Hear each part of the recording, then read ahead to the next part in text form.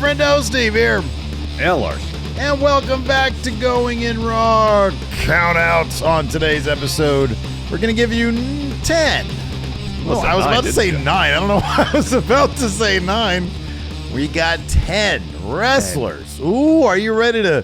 We're going to get some heat here, Larson, because we've got wrestlers who we think would fare better in All Elite if they got the All Elite graphic.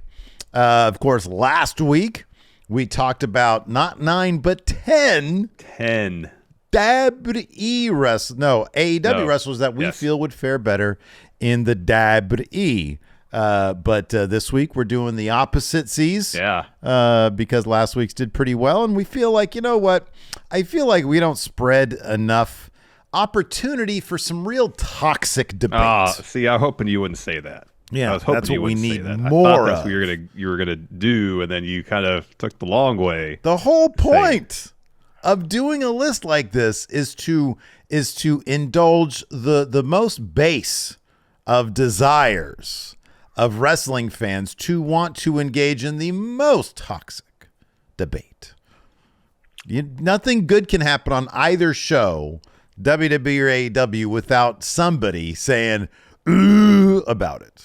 I mean, that's true. Right. That's true. Why not feed into that? It's good for No, it's business. disheartening. We want to move away from that. We encourage you it. shouldn't have done that. You made most of this list. Let's go ahead and dive into it, Larson. First up, number 10. 10. Number 10 is, hey, dog, Austin Theory. That's right. The current United States champion. Yeah, but he's not doing anything. He's got the title around his waist. His gimmick is I beat John Cena. Yeah. And that's it. That's his character. Going back to March or so, when John Cena came out and answered the call or challenge or whatever, Austin it was Theory. prophetic, wasn't it? What he said. Yeah, he really had a good point, and he was right. Austin Theory is not really a character; he's a vessel for a character. In which one it's empty. It's an empty vessel. Yeah, it is an empty vessel. It's funny, dude, because I've seen Austin Theory. Number one, Austin Theory is an incredibly underrated wrestler, which I feel like that would probably benefit him going to AEW because he might have a little bit more freedom to do some stuff. They're the pro wrestling company. They're the company that you do pro wrestling in and not entertainment.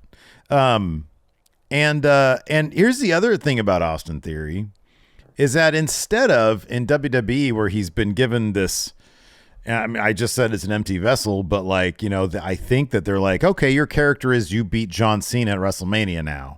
It goes nowhere. It does nothing. Maybe the guy needs to get out of the system it's sort of like you look at, when you think of like Vince McMahon calling Austin Theory the chosen one, you look back at the last chosen one, Drew McIntyre. And what happened? He was kind of an empty vessel as well. He leaves, reinvents himself, comes back to wild success. Yeah. Austin Theory might be in that situation now where you got to figure out, are you going to sink? Are you going to have like a standard mid-Carter's career that really might pay you some money, but isn't too proud, that you're not too proud about, and is not going to vault you to the top? Or are you going to take a risk, bet on yourself, leave, go to AEW where freedom is kind of a thing, have the opportunity to find yourself, have the freedom to find yourself, and find something that really connects with fans, and then head back to WWE once you're done with developmental there? Yeah, pretty much. That's at this juncture in Austin Theory's career, that's got to be the debate he has with himself, because I don't know if it's WWE creative or Austin Theory himself has shown no inclination to develop a character beyond I beat John Cena. I don't know whose responsibility that is to develop said character, but it's a massive fumble either way. You see what he did in the way in NXT. Yeah. He's got charisma. He's got camera charisma. He's a good talker in the right situation, but putting him out there for 3-4 minutes at a time saying, I'm the youngest U.S. champion, therefore I'm greatest U.S. champion. Oh, yeah, I beat John Cena at WrestleMania.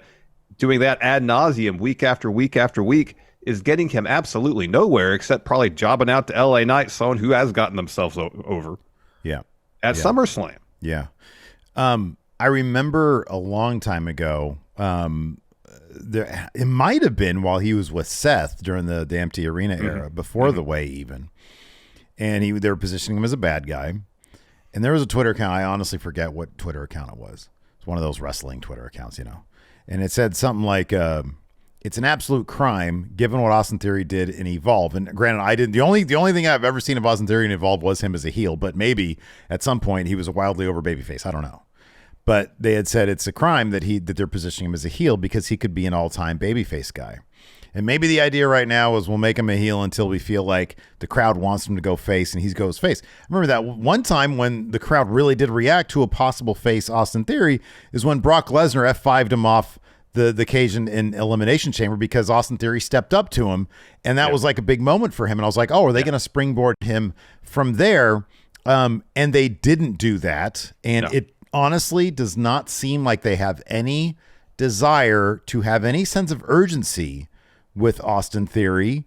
And at this point, you don't want to end up, just as a guy who's middling, who's just doing a whole lot of nothing for an extended. He's only like 26 years old or something. I know, he's super young. It's gotten to, it's not quite the point, but you run the risk of with Austin Theory, especially at such a young age, where you got the kind of the stink of repeatedly failed creative efforts. Mm-hmm. Yeah, right. Yeah. It was selfie Austin Theory. Then he had that humiliating failed Money in the Bank cash in on the U.S. title. Yeah. Who cashes in the U.S. title? Right. Yeah. And then it was like, I'm going to reinvent myself as aggressive, angry Austin Theory. That lasted like a month. Yeah. And now I beat John Cena Austin Theory. Yeah. None of those iterations of Austin Theory has gotten over. Yeah. So yes, it might be time to remove himself from WWE, go out there, AEW, independence, some combination thereof, find a way to reinvent himself. Yeah. Because we've seen over and over again, there's a lot of people on this list that we're going to talk about them having an opportunity to reinvent themselves. Mm-hmm. And then, you go out there 3-4 years, you reinvent yourself, you take risks, and you come back with a stronger brand. Mm-hmm. Yeah. The Austin Theory brand in this case. Yeah. And then if you want to revisit WWE and give that another try, you're in a much better position at that juncture, you would think, to do so. No, absolutely. I think there's nothing but besides, the massive paycheck that he's probably getting in WWE. It's just, I wonder if he's one of those guys who's like, man, they've been telling me I've been getting a lot of promises and they say, just wait, you're still young. Just wait, you're still young. Well, by the time you know it, a lot of time is gone. And what you're saying is exactly right. You got that stink of bad creative on you. I thought for sure after SummerSlam, he was going to become a project that Triple H would actively work on. Seemingly him and Vince both really see a lot in him. But man, I wouldn't believe it knowing what I see seeing what I see on TV. I do think that they think it's there. But man, they are taking their sweet time getting anywhere with that. Or they're putting the onus on him to unlock that promise, that potential. Could be too, yeah. That could be too. And maybe, given the situation he's in, he's just not sure how to do it. We just don't know. We don't know, again, whose responsibility it falls on for this kind of these middling efforts so far. Yeah, yeah. You never know. Let's move on. Number 9. Shinsuke Nakamura. Now, he's one of those guys who you have to wonder if he was so over in NXT, but he was sort of like one of the first that got called up without an emphasis on how over he was in NXT and how do you capitalize on that. It seemed like Vince wanted to bring him up and do what Vince does. He tweaked his theme song a little bit, made him less the King of Strong style, gimmicked him up a little bit, put him with Boogs for a while. And he had a title. I mean, he won the Rumble. He's won some titles, but he had one feud with AJ Styles for the world title that he never won that series. No. It seemed like when he got called up from NXT, it was like Vince took almost every step he could to distance main roster Nakamura from NXT Nakamura. You mentioned the tweaks to the presentation. The Tron was, and you could say in a vacuum, changing someone's Tron, not a huge deal. And that's correct. Yeah.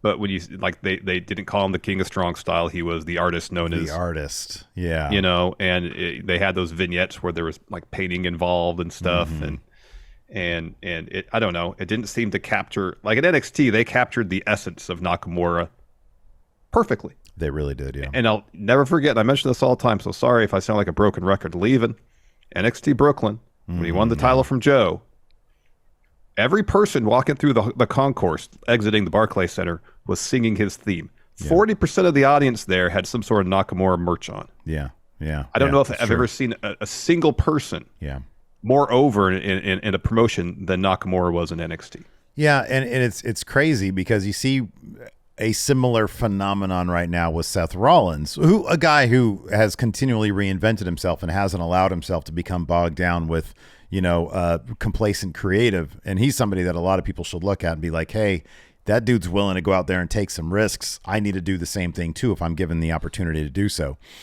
With Nakamura, it is odd that the mystique was kind of everything with him. It's like he has this legendary career in Japan, so he's legit.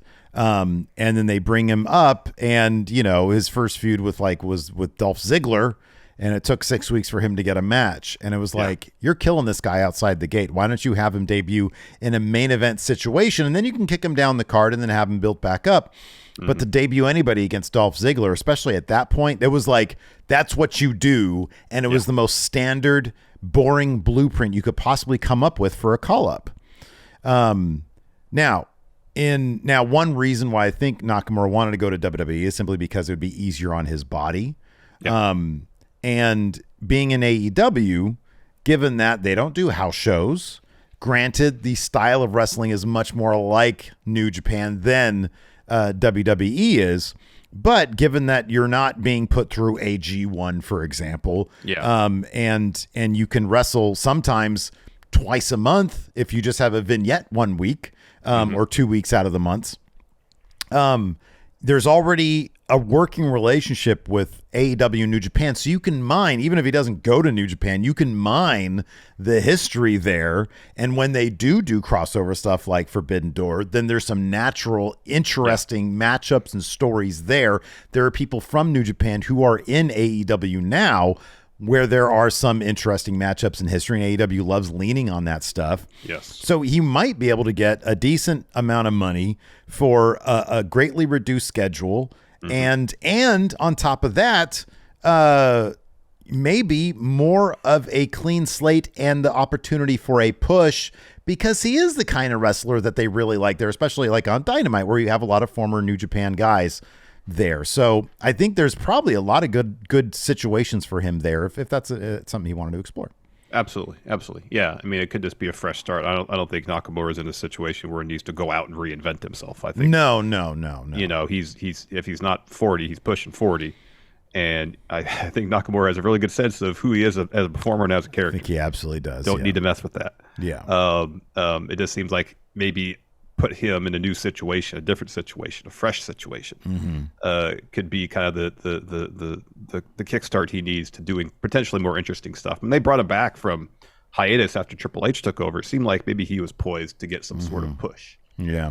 And his winning percentages maybe 60-40, 50-50. Yeah, right. At this juncture, since coming back, he's been involved, but he hasn't really been in a major story, and he hasn't necessarily been on the winning streak by any stretch. It's possible that whatever they're doing now, where he's like, snapping at Byron, this is very fresh. This is as of past week, where maybe we're getting a sense of, okay, he's going to be more of a no nonsense Nakamura, and that'll lead to a push. It remains to be seen. I mean, it's much too early to speculate, really.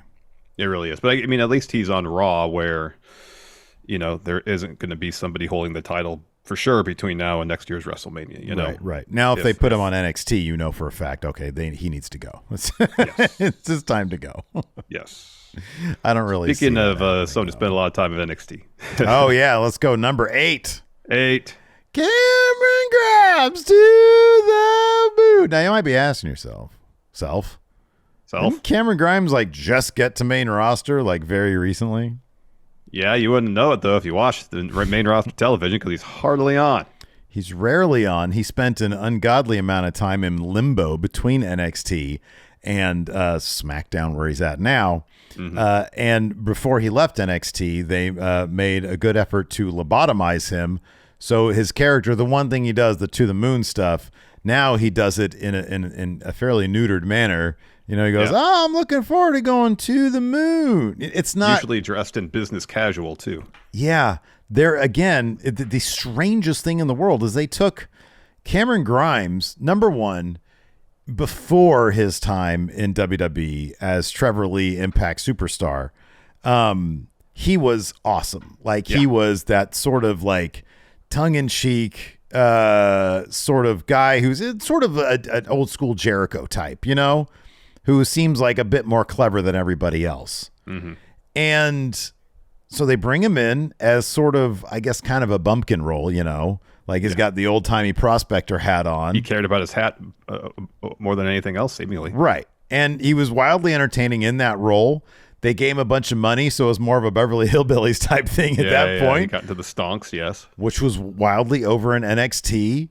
And it was like, this guy is made for main roster. Like, this guy should be on main roster. And there was always rumors that he was going to be on main roster. And then he left TV and NXT, and then he wasn't on main roster. And then eventually, finally, he got drafted there. And now you see him every once in a while, like you said, in business casual. And it's like, why are we getting Cameron Grimes who's showing up for his call time? Why isn't he in costume? Where's his character? Exactly. Yeah. I know. It seems like he's completely out of character except for when he has to say "to the moon." Mm-hmm. Otherwise, we're just getting Trevor Lee, which I assume we're is his getting real name. shoot Trevor Lee as opposed to kayfabe Trevor Lee, which if he was good, we went to AEW and was able to channel that same energy he brought before from Impact. He'd be wildly entertaining. He'd be amazing. Imagine if he showed up in AEW as former WWE superstar Trevor Lee. Yeah, that'd be great. That'd be awesome. so hilarious. Because, like we went to a handful of PWG shows and he was on both of them. And that's how they'd introduce him. TNA superstar Trevor Lee. Because at that time, especially, like these days, a lot different. But at the time, it was like, oh, TNA, that's kind of crap. Like nobody cares about that. Oh, yeah. He that was an introduction to get heat. Yes. Yeah, exactly. Yeah. So, yeah, there's, I think one dude who's really proven that you can take your experience in WWE and use it to great crowd effect is Matt Cardona. He's done it better than anybody's ever done it. And I think that Trevor Lee, Cameron Grimes, is clever enough to get that same level of engagement with his gimmick if he tried to channel that same sort of energy. So I'd love to see him hop over to AEW because they're simply not doing anything with him in WWE. And no, they're not. Honestly, bizarre. It's like he's shit in somebody's bag or something. This seems that way, doesn't it? Yeah. Before we get to the next one, you want to pay some bills, Larson? Let's do it. Let's take a quick break here, friendos. This episode of Going in Raw is sponsored by BetterHelp. You know, Steve, I know I've talked about this a lot on the show here, but there was a period in my life, my mid-20s, where due to a variety of challenges in my life, ranging from my career to my relationships, I started feeling really overwhelmed by life and developed some pretty severe anxiety. I got to the point where my path forward wasn't entirely clear, so I turned to therapy so I could stay connected to what I really wanted while trying to navigate my way through life. And it took me a few tries to find someone I felt comfortable talking to, but once I did, I learned the tools I needed to better cope with my anxiety. And if you're thinking about starting therapy, give BetterHelp a try. BetterHelp is entirely online and is designed to be convenient, flexible, and suited for your schedule. And all you got to do to get started is fill out a brief online questionnaire. Plus, you can switch therapists at any time for no additional charge. So let therapy be your map with BetterHelp. Visit betterhelp.com/raw today to get 10% off your first month. That's BetterHelp, HELP.com/raw. All right, man, let's dive back into it with number 7. 7. The Viking Raiders. They'd probably go back maybe to War Machine. I don't know. Maybe. War Raiders. But it was a pretty big deal when they signed with NXT back in the day. It seemed like to be the perfect thing for NXT. And I'll never forget their main roster debut because they were in NXT for that long. I don't think. No. Maybe a year. And then they got to main roster.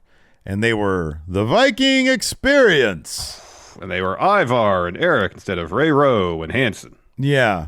And it was like, why is this necessary? Yeah. And they have taken quite a path. I mean, they are decorated. They've had tag titles. They have. They recently had an incredibly fun match against the Alpha Academy, and they've got Sarah Logan, Ray Rowe's real wife, I believe, with them as Valhalla.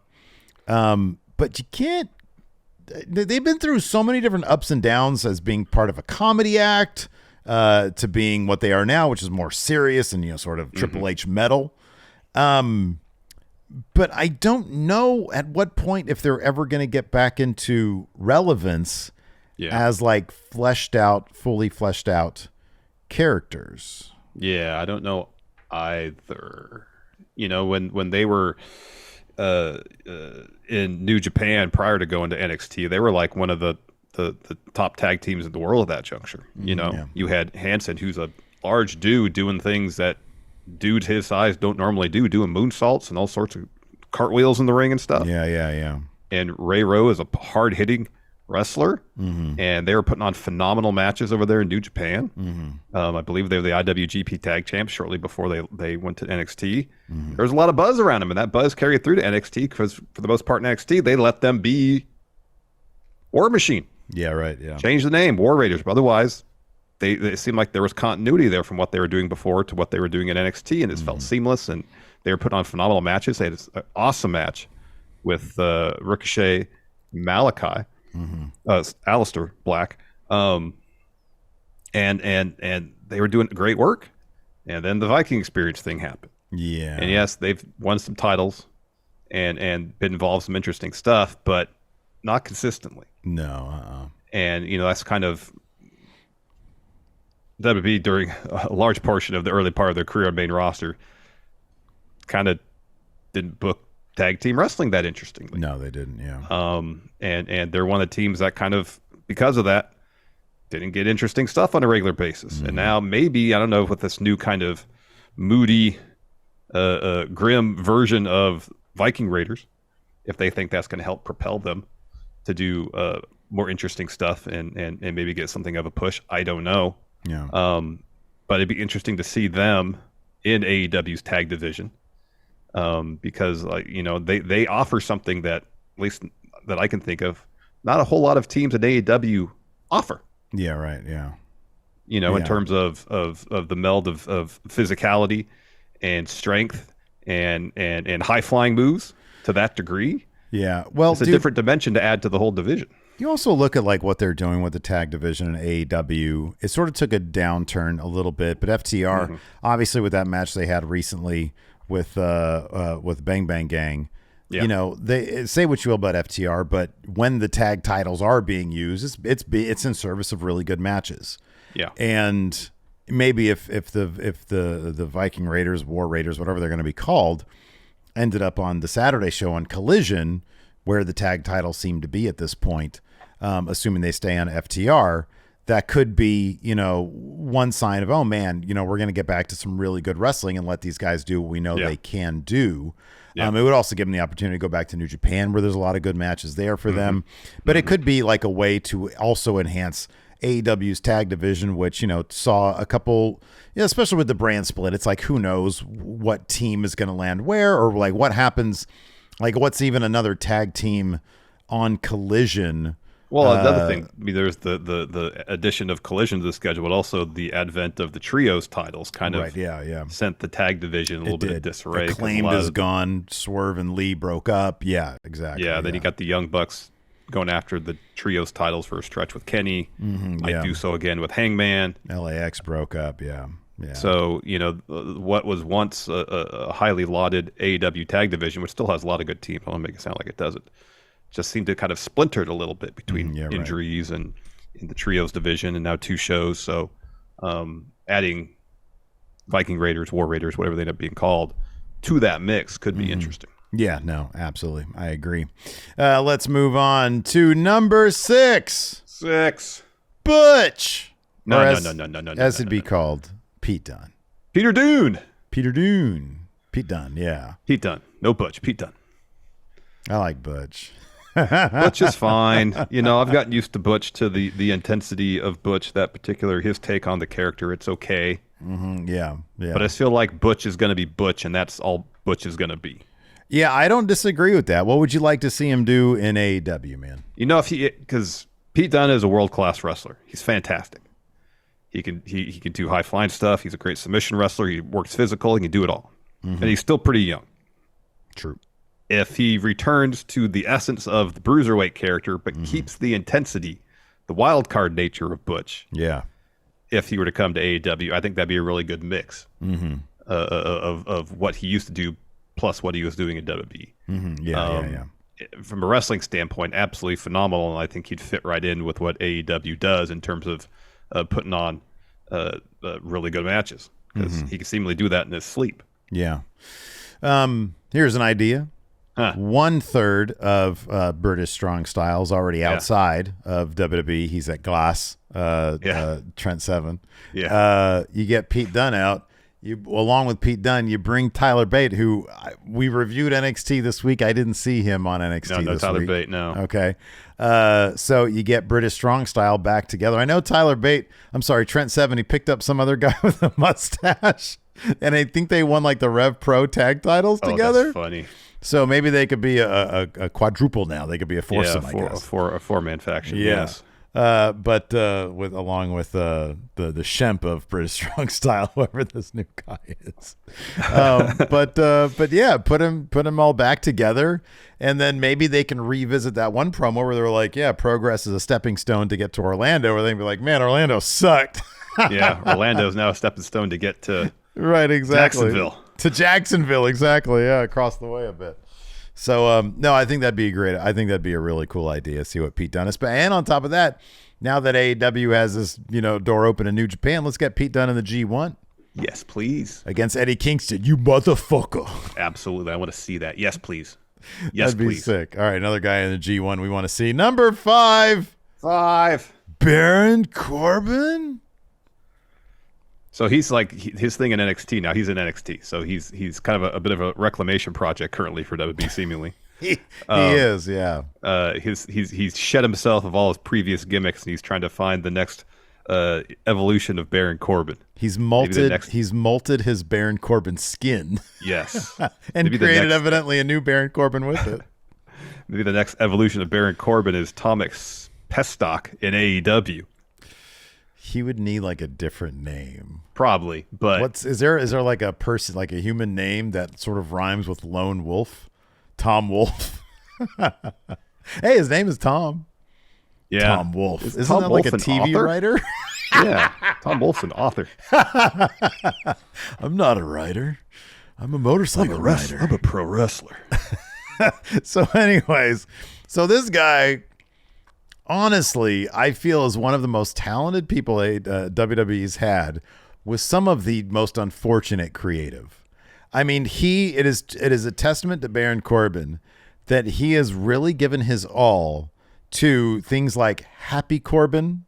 I mean, Bum-ass Corbin was wildly entertaining, but a person down on their luck really is not a recipe for longevity. No, there's Happy Corbin. There is Constable Corbin. Oh my God, that's right, Constable Corbin, which they tried to use. Yeah, Constable Corbin, the character, to as a scapegoat for their piss poor creative back in 2018 or whatever it was. Yeah. Boy. Yeah. He was publicly humiliated by John Cena. Yeah. At SummerSlam. Failed to cash in. 2017, I think, and then failed to cash in Money in the Bank. Yeah. He was susceptible to being rolled up, seemingly at will. If you were his opponent and you saw an opportunity to roll him up, do it, because you probably win. He was entered into a dog food feud that was so atrocious. It was so bad, Roman Reigns decided to change the course of his own career. That was the last thing that Roman Reigns did before he went away and became tribal chief. Yeah. It was so bad. He was like, I'm not doing this anymore, Vince. You're going to do things my way or I'm not coming back at all. I can't think of anybody offhand in recent history who's been consistently involved on WWE television who has continuously had as bad creative as Baron Corbin. I know. Yeah. And the guy's for a guy really who's talented. what, 6'7"? Mm-hmm. Yeah. Moves really well. Yeah. Very athletic. His promo work has gotten a heck of a lot better from what it was in NXT. It did. His improv work is so much better. Yeah. He still has a very protected finisher, which I hope they continue to protect. And it's a really cool looking move.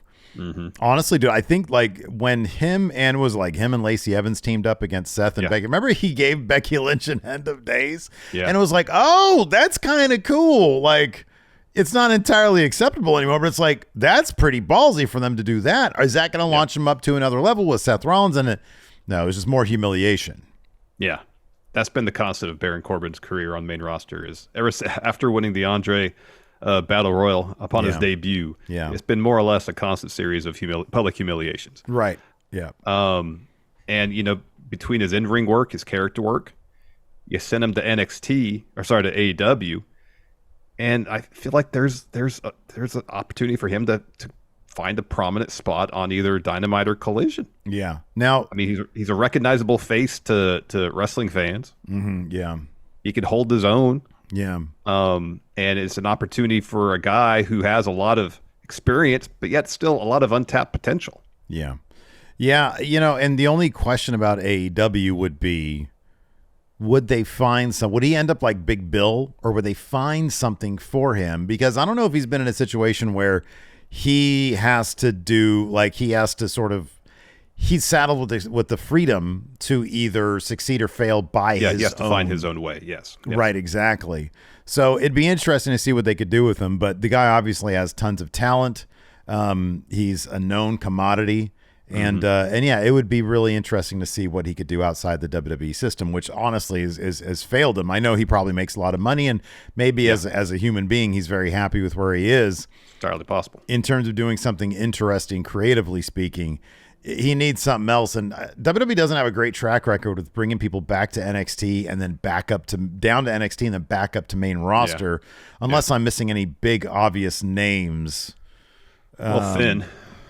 Finn took a detour there, but even the Finn now we see isn't really the Finn that we had in NXT. No, I think that was supposed to be the idea. Yeah. I think he's maybe, even said that. Yeah. Had he not gone to NXT, who knows if we'd even got this iteration of Finn. That's true. Yeah. You know, but by and large, one person who got sent down to NXT that benefited from it. Like Apollo went down, did nothing for him. And it's for other people as well. Anyways, let's move on to number 4. Pew, pew, pew, pew, pew, pew. Ricochet, one and only. I kind of feel like we are seeing about maybe 70-75% of what he can do in the ring. If that, yeah. In WWE. Yeah. You know, if you watch some of his stuff in New Japan, in PWG, heck, even in NXT. Mm-hmm. Oh, yeah.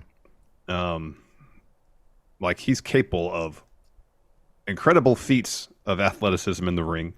But not just that. He's a really good storyteller in the ring. He puts on good matches. Yeah, he puts on really good matches. And I just don't feel like he gets adequate opportunity to do that in WWE. He's been involved quite a bit lately. Mm-hmm. And he's going to have a match with Logan Paul at SummerSlam, and that's a good spot for him if recent history is an indication.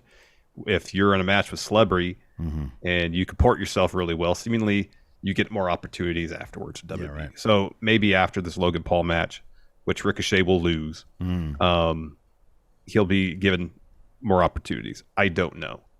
But it was such a lot of promise when he went to NXT, like, because, you know, there was all those gifts of him and Ospreay doing crazy stuff in New Japan. Yeah.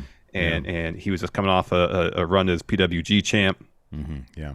And it just didn't really seem to, like, he was fine in NXT. I think he's North American champion. Mm-hmm. Yeah. He was involved in a lot of interesting stories, but again, getting called to main roster.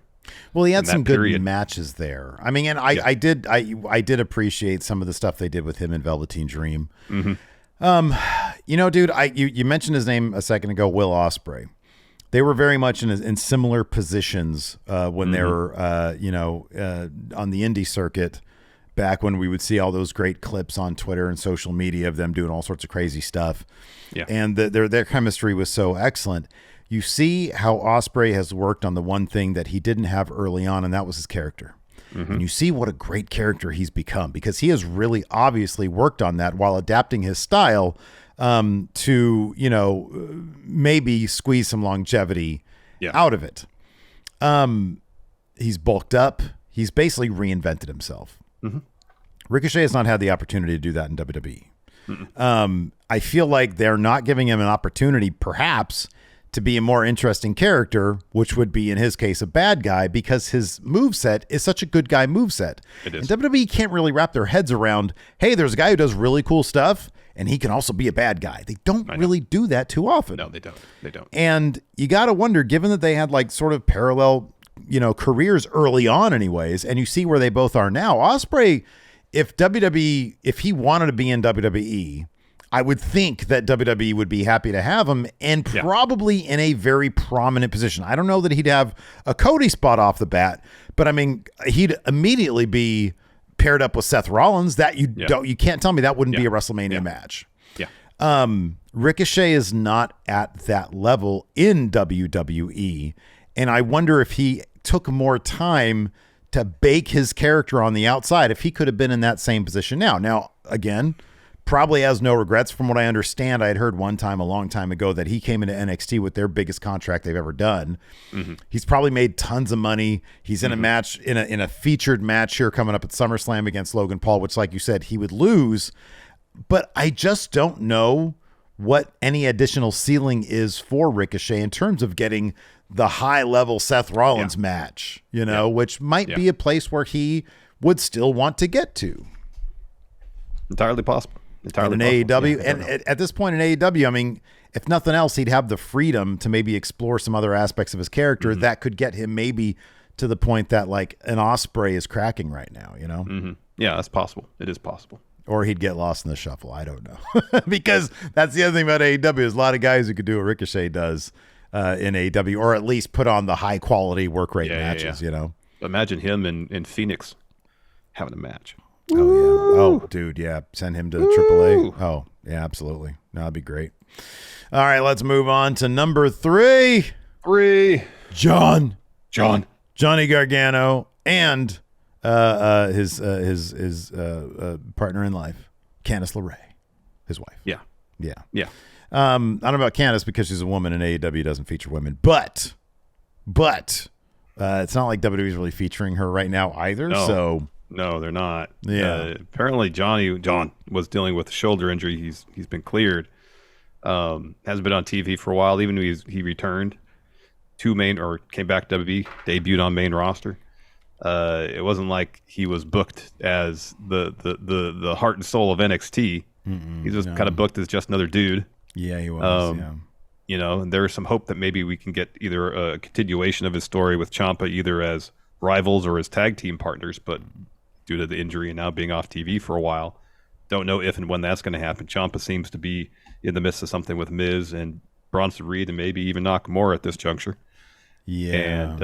And maybe there's a place for Gargano to fit into that. Mm-hmm. To team with Ciampa against Miz and Bronson Reed, I don't know. Mm-hmm. But, there was, at one point, Gargano was he was guaranteed to give you the best match on the card for a long stretch. Yeah. And he took some time off. His contract expired. And came back right to main roster and just that they haven't been able to recapture that idea, that spirit of what John Gargano brought to NXT. And I understand main roster is a different thing. Mm-hmm. But, he's like the classic underdog babyface. Yeah. He could be the next Daniel Bryan. That's what I always thought with him, but it seems like WWE doesn't really seem to think that's the case. Mm-hmm. Now, maybe this thing is going to lead to a Shinsuke heel turn, and he'll align himself with Bronson Reed, and then Ciampa will need Gargano to come back. Hopefully that's going to be the situation, but if this feud doesn't involve him, I have no idea when they're going to do or what they're going to do with him. Mm-hmm. AEW really is a company. I mean, if you look at what AEW is, so much of its DNA is NXT 2017, 2018. Yeah. And that is literally Johnny Gargano. And so when you think of all the history that's already there, be it with Malachi Black, who gave us the original John, or Adam Cole or anybody else, or fresh matchups, Johnny Gargano in the G1. Again, all these names I want to see in the G1.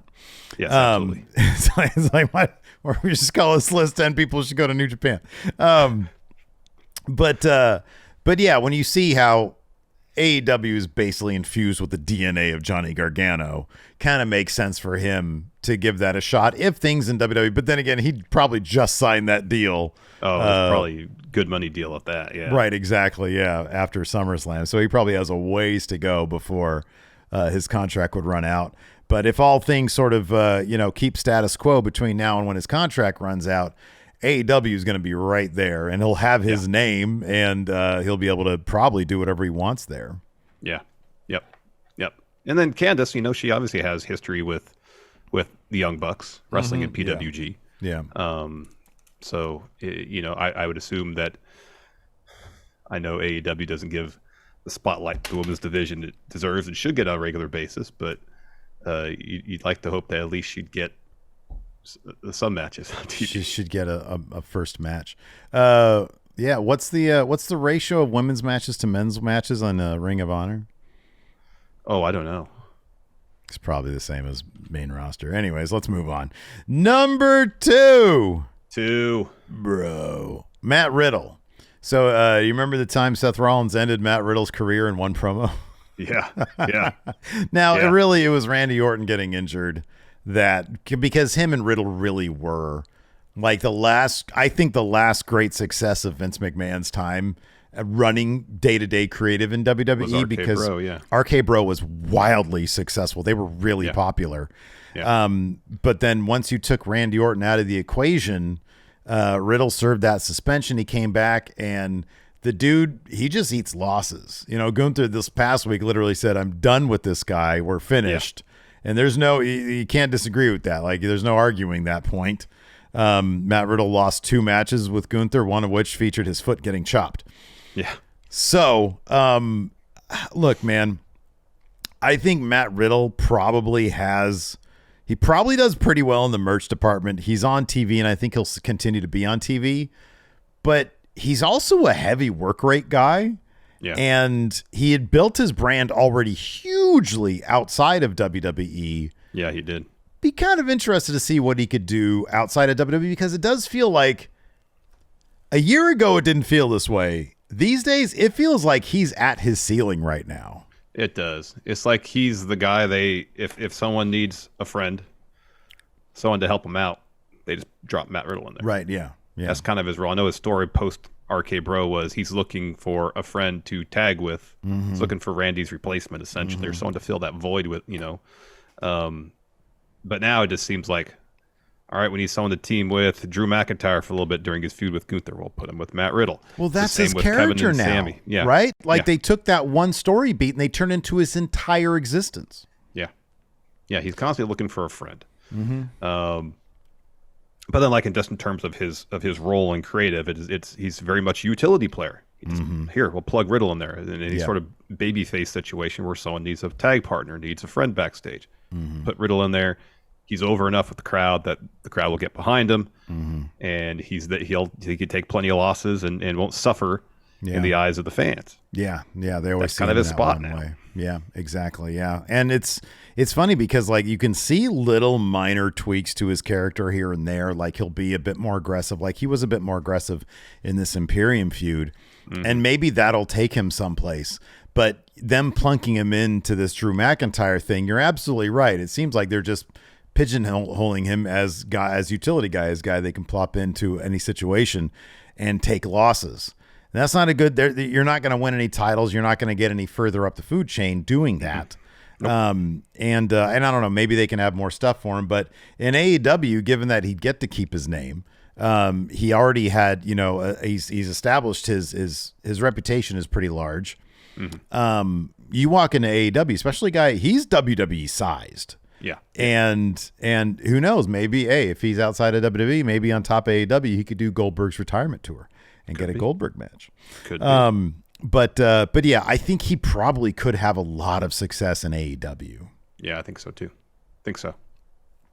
Let's move on to number 1. Drew Galloway, known as Drew McIntyre. Drew McIntyre. Yes. Right. So, if there weren't reports that he was he and WWE were at a stalemate in contract negotiations, that he was upset potentially, or maybe upset's too strong of a word.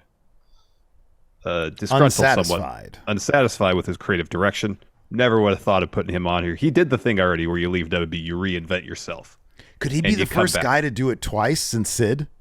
Maybe. I don't necessarily think Sid left to reinvent himself, though. Well, okay, so here's the thing about... No, I don't think he did. You know what you're getting with Sid. Yes. You're getting, 7 feet and a bunch of blonde curly hair and a very intense-looking individual. Some lazy power bombs. With Drew McIntyre, this is the interesting thing about him. So he's the poor sap who got saddled with the WWE Championship in front of nobody. I know. And then never got to hold it in front of anybody.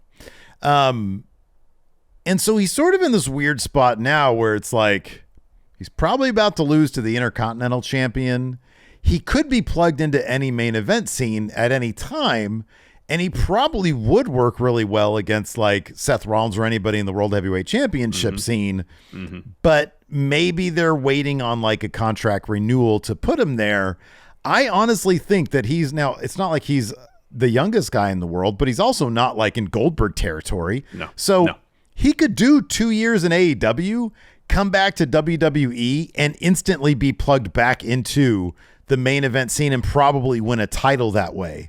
Yeah. If he goes to AEW, it's like that question, what would you rather do? Fight like, 100 action figure size people or one giant size action figure? No, he'll go and just smash everybody there.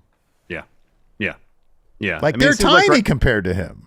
It seems like the spot he's in now is like the main event's equivalent of Matt Riddle, where where he plug him into upper mid card or main event storyline because he's a former champion. His name carries weight. He's legitimate.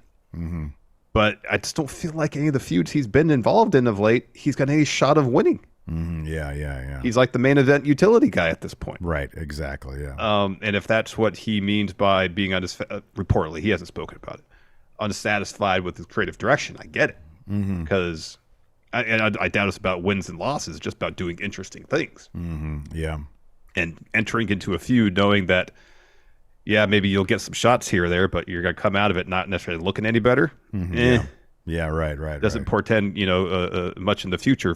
But again, he's 6'5", 280 pounds of pure muscle. Yeah. Incredibly over with the crowd. Oh, big time, yeah. He carries himself like a superstar. He's a really good talker. Yeah. Like he checks virtually every box to be a face of the company type guy. Oh yeah, no, absolutely. And it's a bummer that his one opportunity thus far to do that was when there was nobody in the stands. I know. He never got that moment, and it's a bummer because it would have been interesting to see him. You saw how the crowd reacted when he eliminated Brock from the Rumble. That was massive. When he won the Rumble, oh my God, it was an explosion. Yeah. And imagine if he had that same opportunity to wrestle Brock in front of 70,000 people at WrestleMania and win. I know. That's a completely different title reign at that point. That's just in terms of having the momentum of the crowd behind him. He never got that. Yeah, right. Yeah. As champion, he never got that. Yeah. So, yeah. It'd be interesting to see if he had an opportunity, whether it's in WWE or AEW, to win the title on a major stage with the crowd behind him and see what he could do with it at that juncture. Yeah, no, absolutely. Because if he came in, they'd have to do the Impact thing where he just wins the title immediately. Yeah. No climbing ladders for that guy. No. But Drew McIntyre. It'll be interesting to see if he comes to an agreement with WWE. I mean, obviously, yeah, you'd be shocked if he did. I'd still be pretty surprised if he left. I would be. I would be too as well. He's so ingrained in WWE, and I feel like even though he's not like in the I appreciate that the guy gives a damn about his creative. I like that a lot. Yeah. It'll be interesting to see if this Gunther thing is a prolonged thing, if there's any chance, because like Gunther's record-breaking thing is going to be what, in September? Yeah, about mid-September. They could prolong that enough to have Drew get the win over Gunther. That's not a terrible name to actually be the guy to finally beat Gunther, is Drew McIntyre. No. It'll depend if they have a thing where Gunther has to cheat maybe a little bit to beat Drew, which they might do. Then that might tell you that they're going to have Drew take that title off of Gunther. That's a possibility. But doesn't Drew with the Intercontinental Championship seem like a step down from him because it's not the world title? Yeah, no, I understand that. I understand But that. Gunther's built again, up that title so much, huh? Yeah, absolutely. And if anybody's going to beat Gunther and carry on the elevated prestige of the Intercontinental title, who better than a former 2-time WWE champion? You know? Yeah. At that point, like the Intercontinental Championship is like the 1B title on Raw. Yeah. Essentially, Kind of like how the Intercontinental title was in New Japan. Yeah. You know, for a stretch. Yeah, so. Exactly. Cool. Anyways, let's talk about some honorable mentions here. Mm-hmm. Couple names. I already mentioned Tyler Bate. Again, it's a woman, so grain of salt. Nikki Cross. She's not doing anything. No. So at the very least, she'd get one match on TV. Yeah, exactly. Yeah. Apollo Crews. Oh, man, yeah. A fantastic wrestler. I thought he was doing some really interesting creative stuff in NXT. Mm-hmm, yeah. Like from a character perspective. Oh, the time traveling thing, yeah. Yeah, that was interesting. They never really developed that in any sort of logical way, but that's not his fault. Like, why are you having visions and people on the show can watch your visions on TV? It doesn't make any sense. People can just see your visions, which kind of negates the efficiency of your, or the effectiveness of your visions. But again, that wasn't Apollo Crews' fault. And he got drafted back to main roster. Haven't seen him. Mm-hmm, yeah. Oh, I know. Haven't seen him. Yeah, so at the very least, he'd have like a match. Yeah. In AEW, he'd have an appearance and a match, and then maybe Ring of Honor. I don't know. Anyway, it's more his name here, Axiom. Oh, not Axiom. Come on now. Axiom. A-Kid? Get that mask off him. Let's bring back A-Kid.